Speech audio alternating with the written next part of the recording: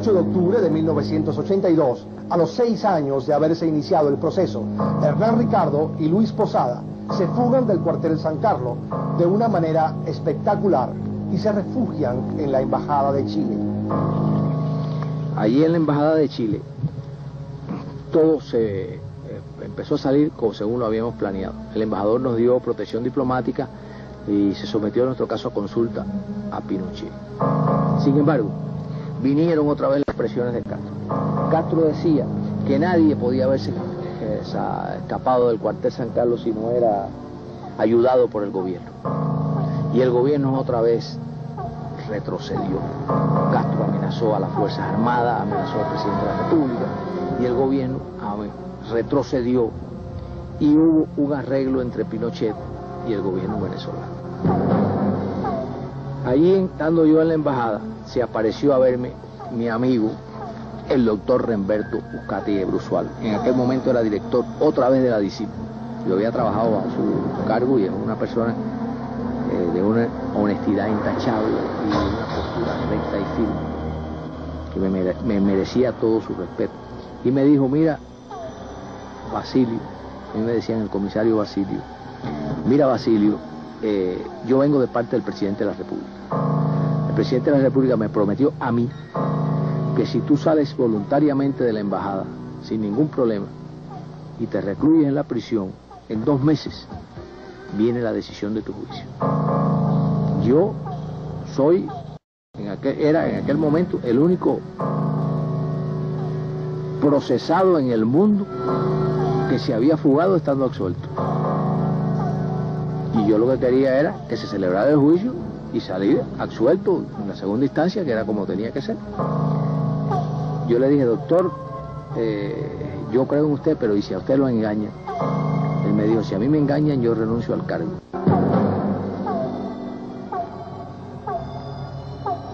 Aquí en este libro negro de Venezuela que nosotros hemos editado, en la página 199, aparecen las 19, todas las promesas de sentencia que hizo el doctor Gaelio García Barrio. Yo me voy a permitir mencionar solo 2 o 3. Dice así, una de las promesas del general Gaelio García Barrio en el año, desde el 1980 a 1983. Revista Élite, noviembre 11 de 1980. En cuanto a la sentencia, en el caso del avión cubano, pregunta el periodista, ¿puede ser un mes, general? Respuesta, puede ser un mes, pueden ser 45 días, pero no pasará de 2 meses, responde el general en el 1980 para su sentencia definitiva. Pasó un mes, pasaron 2 meses y llegó la época en que había que celebrar el juicio, y el juicio no fue celebrado. El general Barrio no quiso seguir, no lo quiso celebrar, y el doctor Uzcategui renunció al cargo, presentó su renuncia, pero yo en una carta que él leyó públicamente le pedí que no renunciara porque él no tenía absolutamente culpa de nada de lo que había pasado. Lo habían engañado y él no tenía por qué tomar esa decisión tan drástica. Lo que así hizo, no renunció. Desde octubre de 1980 a 1983, 30 meses, el expediente permanece en la Corte Marcial, sin que inexplicable e injustificadamente se confirme o no la sentencia absolutoria del Consejo de Guerra de Caracas. García Barrio ya no podía sostener más la presión. Los medios de comunicación lo tenían presionado y entonces, increíblemente,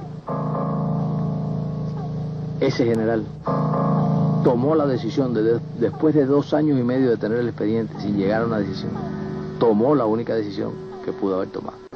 Y dijo, ese expediente mi opinión es que no pertenece a los tribunales militares. Eso pertenece a los tribunales civiles. Y de nuevo fuimos otra vez a los tribunales civiles. Así que los 5 años que tuvimos en los tribunales militares, eso no valió para nada. El propio presidente de la Corte nos dice que eso, en cuestión de un mes y medio, él tendría la oportunidad de confirmar esa decisión. Luego, después ha dicho que la ley lo obligaba a leer 4 un folio por día. Bueno, pero es que acaso él era ignorante cuando nos prometió eso, no lo sabía. Es más, yo me recuerdo, y él no podrá negar, fue público notorio, el día de la absolutoria, el propio presidente de la Corte, García Barrio, hizo un agasajo dentro de los propios tribunales Hubo brindis. ¿Qué hubo? ¿Por qué cambió? ¿A qué se debió el cambio? ¿Es que antes él era fidelista o fue que después que se puso de acuerdo con Fidel? No lo sabemos. Después nos enteramos que García Barrio era gran amigo de Castro, era castrista, no lo sabíamos en aquel momento.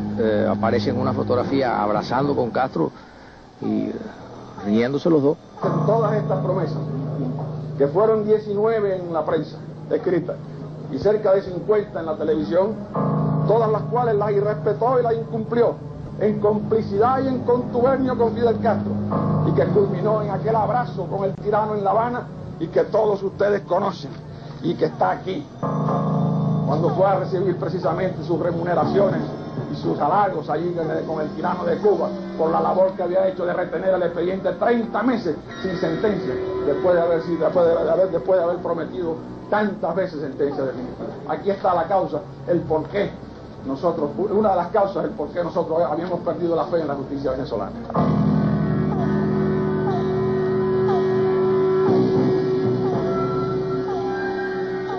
Yo no creo que el general García Barrios sea comunista, pero realmente es digno de señalar ese hecho que ha dejado la pregunta ante la opinión pública, pregunta sin respuesta.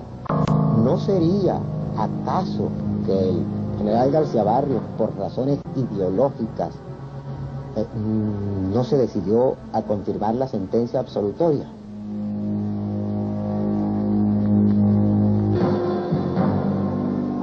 Cuando García Barrios se ve presionado y sabe que no le queda otro camino que decidir, y si le toca decidir no va a poder condenarlo, porque no hay ningún elemento de prueba, tú ves, en contra de ellos, pues también simplemente se lava las manos y entonces envía el expediente a la jurisdicción ordinaria. Pero ahora sí no lo envían familiarmente, ahora sí lo envían entonces a la Corte Suprema de Justicia y se plantea el conflicto, y la Corte pues hace pronunciamiento que es evidente, porque es un caso que nunca debió salir de la jurisdicción ordinaria, y que corresponde pues al tribunal que había planteado el conflicto, que estaba a cargo del doctor Pérez España. Esta vez los fiscales de la jurisdicción ordinaria, los fiscales ordinarios, dependientes de la Fiscalía General de la República, una vez más piden la absolución de los procesados. Consta en el libro que decían que era incorruptible, tenía fama de buen juez. Clandestinamente vino a vernos una vez a la prisión, clandestinamente porque eso no consta en el expediente, nos vino a ver, pero sí consta en el libro de entrada de la prisión, con su secretaria, y nos reunió a todos y nos dijo que él no veía ninguna causa ni ninguna prueba por qué condenarnos y que él no iba a absolver. Pero sin embargo nos dijo que sentía un miedo profundo, porque Fidel Castro era un tipo vengativo, que tenía hijos y esto y lo otro. Y bueno, nosotros nos quedamos un poco decepcionados, le dijimos que algún hombre de honor tenía que tomar la decisión de darnos la libertad. Y entonces Pérez España decidió no decidir, sino someter el proceso otra vez a reponer el caso a la causa de cargos, o sea, virar para atrás el proceso otra vez para revisar la decisión del fiscal de quitar los cargos. Y entonces eso pasa el proceso atrás. Eso es después de 9 años de estar celebrando un juicio, que te venga un juez a decir que el juicio, él cree que está mal procesado y que vuelve atrás. Eso en la forma en que van los tribunales militares, en que van los tribunales venezolanos, es condenarnos a cadena perpetua. Empezar otro juicio que durará otros 7, 8, 9 años, y cuando lleguen a esa etapa pueden empezar otro juicio, y así hasta que nosotros nos muramos. Okay. Eso es una cosa increíble. Yo dije, bueno, aquí se decidió por una vía más fácil, repuso la causa, porque según él había un vicio en el acto de cargo. Lo que alega el doctor Pérez España en su sentencia es pura y simplemente que el fiscal militar cometió un error en la calificación de los hechos al momento de producir su escrito de cargos, que debió formular cargos por un delito que se le olvidó al fiscal militar algo. ¿Por qué él alega que el fiscal militar no hizo cargos por el delito de homicidio, sino solamente por el traición a la patria? Eso no es cierto. El fiscal militar simplemente lo que ha dicho, que los delitos de homicidio, después de analizarlo, fabricación de armas de guerra, son delitos medios para cometer el delito de traición a la patria, y subsumió estos delitos en el primero. En este caso, la deficiencia de la ley venezolana ha permitido a los jueces que han venido conociendo este expediente encontrar salidas diferentes a aquellas de la pronunciación de la sentencia. Unos se inhibieron, otros fueron ascendidos, otros provocaron la recusación o alguna otra artificiosa razón para sacudirse del caso. Es cierto que los jueces no se suponen no aceptar presiones en ninguna índole, pero no debemos olvidarnos que los jueces son humanos también, tienen familia, sabe, y no pueden olvidarse que este es un caso que tiene repercusiones tanto nacionales como internacionales, que cualquiera que sea la decisión va a traer consecuencias, pero ellos saben que las consecuencias más severas, donde puede haber retaliación más severa, es el Fidel Castro, que no tiene escrúpulos en matar a quien sea. Pues para mí, a todos les ha fallado, pues, vamos a decir, la voluntad, ¿entiendes?, para decir el fondo del asunto. Y yo dije, bueno, aquí no me queda más remedio que volverme a fugar. Ahora sí me voy a fugar de verdad y no voy a volver más, porque aquí no hay forma de vencer a esta injusticia, esta arbitrariedad, la familia destruida, los recursos económicos agotados, la situación de indefensión enorme, una situación en que el hombre tiene que tomar grandes decisiones, tiene que salir de aquello o morir, no hay otra cosa. En la madrugada del 4 de noviembre de 1984, a los 8 años de haberse iniciado el proceso, Hernán Ricardo y Luis Posada intentaron fugarse de la planta. Sin embargo, la fuga fracasa. A Luis Posada lo enviaron a la Penitenciaría General de San Juan de los Morros, ubicada a unos 200 kilómetros de Caracas, considerada como la cárcel de mayor seguridad en el país. En San Juan de los Morros, el estado de ánimo de Posada se empeora y sus esperanzas se desvanecen. ¿Cuál es la situación psicológica de una persona que ha sufrido ya una larga prisión dentro de un proceso judicial que se prolonga cada vez más, que por un peloteo, y me perdonan el término no muy científico, pero muy realista y muy venezolano, que primero van a un tribunal militar, después van a un tribunal civil, vuelve a militar, vuelve a civil, y en esta forma este proceso lleva ya 10 años, sin que hasta este momento haya habido un pronunciamiento definitivo al respecto. Es fácilmente comprensible la situación psicológica de estas personas que están esperando la terminación de este juicio.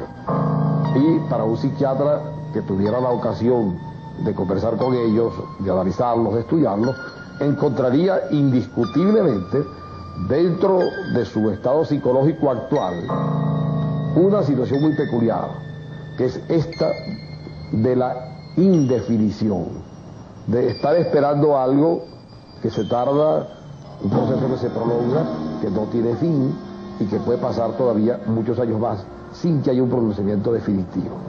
Ya tenemos que buscar una solución a este proceso que ya ha sido Venezuela condenado, lo vuelvo y lo repito, pero yo creo que ya tiene que sentarse el precedente de que se haga justicia con nosotros y que termine este proceso. Lamentablemente lo único que queda en el trasunto de todo esto es que se ha dado de forma previa al inicio del caso una violación pertinaz y contumaz de los derechos humanos, que se ha consolidado con el propio desarrollo del proceso. Y lo más que se podía hacer en el plano internacional fue lo que hizo recientemente la Comisión Interamericana de Derechos Humanos, como fue tomar una decisión condenatoria por haber incurrido lamentablemente en una situación de denegación evidente de justicia. Para mí lo más importante, señor juez, Venezuela ha sido acusada por un pueblo que lucha desesperadamente por liberarse de la más cruel y oprobiosa tiranía de la historia americana. Y para concluir, quiero hacerlo con unas palabras del apóstol José Martí cuando nos dijo: A veces es bueno que nos hieran la dignidad para aprender y saber cómo defenderla.